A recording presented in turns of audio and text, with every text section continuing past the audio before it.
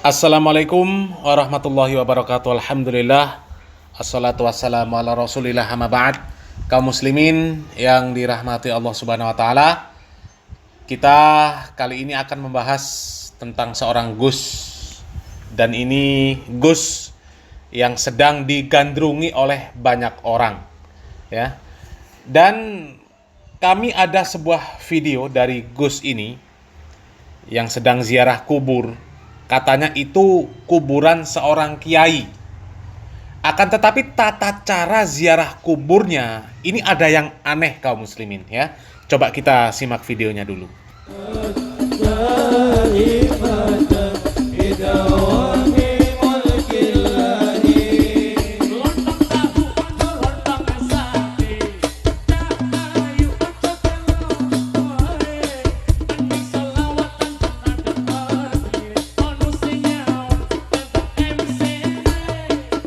Nah, kaum muslimin, apa keanehan yang ada di dalam video yang sudah kita tampilkan tadi kaum muslimin, ya? Adakah keanehan yang Anda temukan kaum muslimin? Ya. Coba kita simak sekali lagi, ya. Coba diperhatikan dengan seksama apa yang aneh yang ada di dalam video tersebut.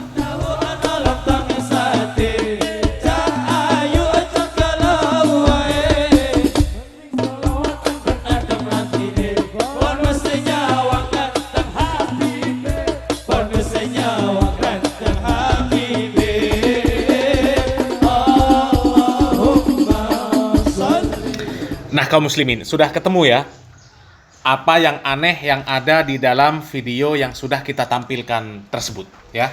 Yang aneh adalah cara Gus Ikdam mendatangi kuburan tersebut. Gus Ikdam mendatangi kuburan tersebut sambil merangkak, ya. Dan kalau kita baca di postingan aslinya video tersebut, ya, video tersebut kita dapatkan dari sebuah postingan Facebook. Coba kita baca captionnya. Captionnya, akhlak Gus Ikdam ketika ziarah ke makam Romo Dimyati Rois Kaliwungu. Coba kaum muslimin, ya, itu pelajaran akhlak dari mana? Kalau dikatakan itu adalah bagian dari akhlak, ya, akhlak dari mana? Mendatangi kuburan sambil merangkak. Akhlak dari mana itu? Adakah Nabi Muhammad SAW mengajarkan akhlak yang seperti itu? Mendatangi kuburan, berziarah kuburan sambil merangkak. Nabi kita Muhammad SAW juga berziarah kubur, ya. Atau adakah para sahabat yang berziarah kubur ke makam Nabi Muhammad SAW sambil merangkak? Atau para imam madhab, para imam ahli hadis, yang mereka berziarah ke makam Nabi Muhammad SAW dengan cara merangkak, ya, mendekat ke kuburan Nabi Muhammad SAW sambil merangkak. Sebagai contoh, Al-Imam Malik rahimahullah, yang beliau setiap hari bermajelis di Masjid Nabawi, di mana di Masjid Nabawi itu adalah komplek yang terdapat makam Nabi Muhammad SAW. Adakah riwayat bahwasanya Imam Malik rahimahullah merangkak ketika mendekati makam Nabi Muhammad SAW? Nggak ada kaum muslimin, ya. Nggak ada kita mendengarkan kisah para sahabat, para ulama yang merangkak ketika menziarahi makam Nabi Muhammad SAW. Tidak ada juga riwayat bahwasanya para ulama ketika berziarah ke pemakaman Baqi, ya, ke pemakaman para syuhada perang Uhud, kemudian mereka mendatangi sambil merangkak. Nggak ada, ya. Seandainya mendatangi kuburan dengan cara seperti itu, dikatakan itu sebuah adab yang mulia, tentu makam Nabi Muhammad SAW, makam para syuhada Uhud, makam para ulama besar yang ada di pemakaman Baqi, itu lebih pantas diperlakukan dengan adab yang seperti itu. Maaf saja kaum muslimin, ya, bukan merendahkan, ya. Kalau Kiai Haji Dimyati Rois dibandingkan dengan para syuhada Uhud, para ulama yang dimakamkan di pemakaman Baqi, ya katakanlah Imam Malik rahimahullah, maka nggak akan ada apa-apanya. Ya, Kiai Haji Dimyati Rais itu nggak ada apa-apanya dibandingkan mereka. Ya. Jasanya dibandingkan dengan Imam Malik rahimahullah terhadap umat Islam jauh. Ya. Akan tetapi kita tidak menyaksikan para jamaah haji ataupun umroh yang mendatangi makam mereka dengan cara yang seperti itu. Seperti yang dilakukan oleh Gus Ikdam sambil merangkak-merangkak, dikatakan itu sebuah adab. Nggak ada. Jadi kalau dikatakan itu bagian dari adab, itu adab ajaran siapa? Ajaran dari mana? Maaf lagi kaum muslimin, ya. Kita dengan orang tua kita yang masih hidup saja, itu nggak seperti itu.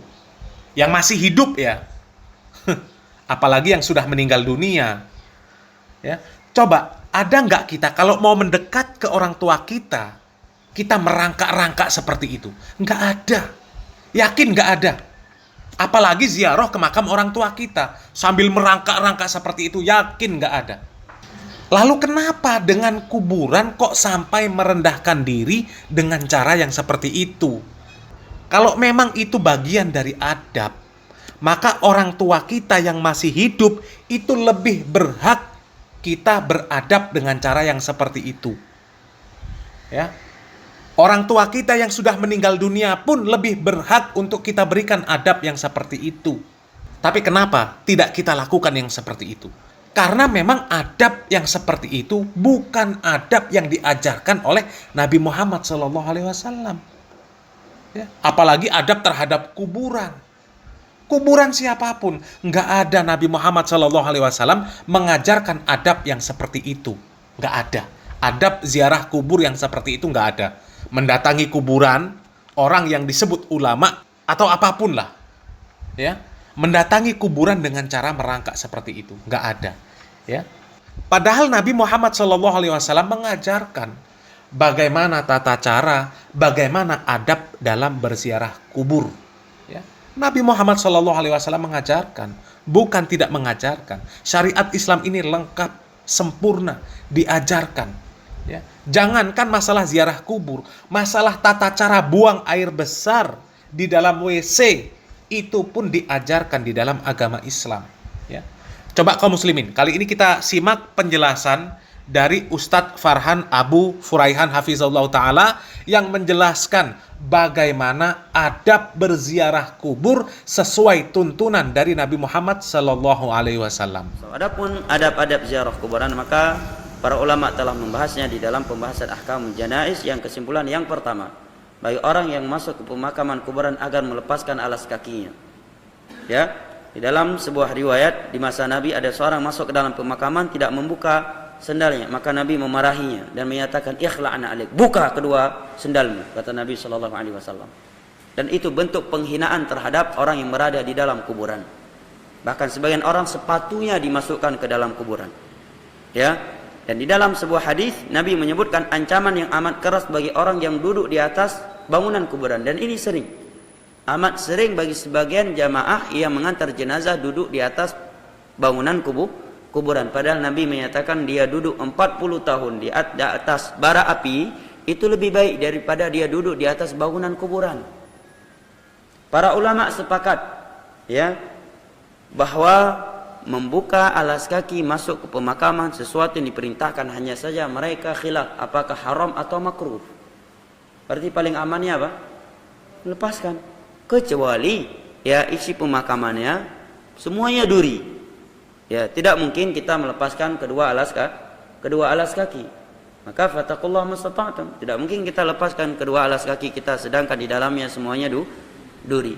Karena Allah telah melarang kita untuk membinasakan diri kita. Wala tulqu bi aydikum ila tahlukah. Janganlah kalian melemparkan diri kalian kepada sesuatu yang membinasakan.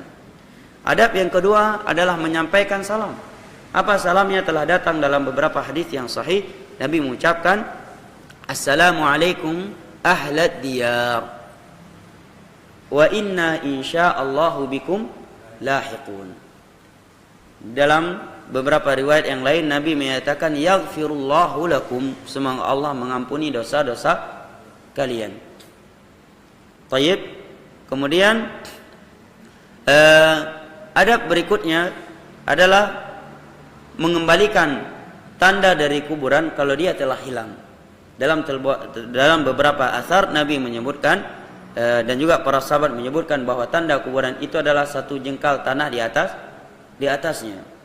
Ya, jika tidak dikenal itu sebagai kuburan, maka tidak mengapa seorang meletakkan satu atau dua batu di atasnya agar diketahui itu adalah kuburan. Jangan di kuburan dibangun seperti pondopo. Jadi orang ngiranya itu tempat pertemuan. Ya, kuburan udah kayak pondopo besarnya. Subhanallah. Nabi SAW memerintahkan Ali bin Abi Thalib untuk meratakan seluruh kuburan yang lebih dari satu jengkal. Coba antum lihat ke Baqi', ke Mekah, Al-Mu'alla. Ya, kuburan-kuburan para raja, enggak ada namanya. Ya, raja sebelum Raja Salman dia udah meninggal, kuburannya sama dengan kaum muslimin, satu batu tok di atasnya. Tanah enggak lebih dari satu jengkal, tidak ada bangunannya. Bahkan tidak ada namanya. Coba ke Baqi', ada enggak nama? Ini kuburan Ali, ini kuburan Utsman, ini kuburan Abu Sa'id, ini Abu Hurairah, dan seterusnya. Tidak ada. Ya. Jadi antara hikmahnya tidak ada nama agar manusia ini selamat dari perbuatan syirik. Karena kalau sudah ada nama, oh ini kuburan nengku ya, dia mendoakan. Tapi orang Syiah kalau pergi umrah, mereka udah punya panduan sendiri. Udah ada panduan di mana letaknya kuburan Ali bin Abi Thalib. Maka di situ mereka berdoa meminta-minta.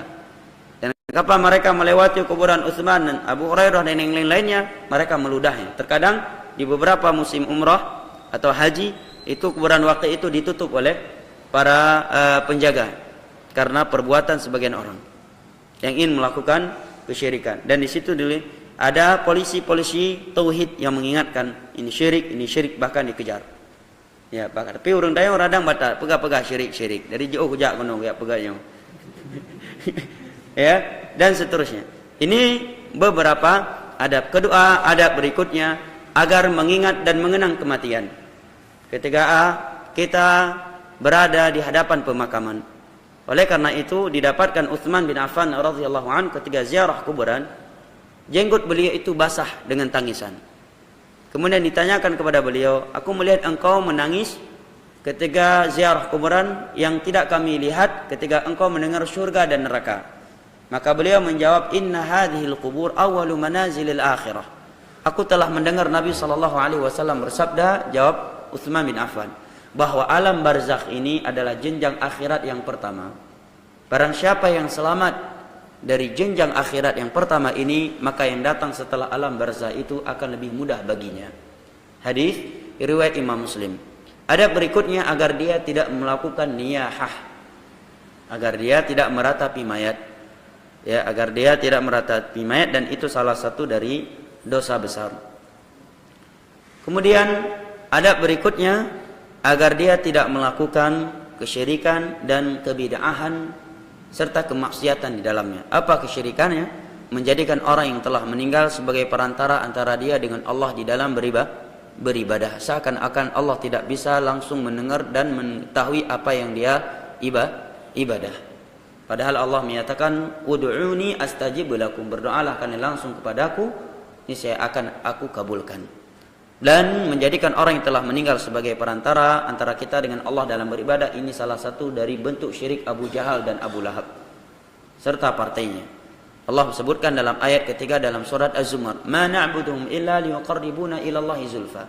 Kami tidak menyembah orang-orang yang telah meninggal ini kecuali agar mereka mendekatkan diri kami kepada Allah. Ya, sebagai hanya sekedar mencari syafaat. Ya, acara dan tidak melakukan hal yang beda. Apa itu?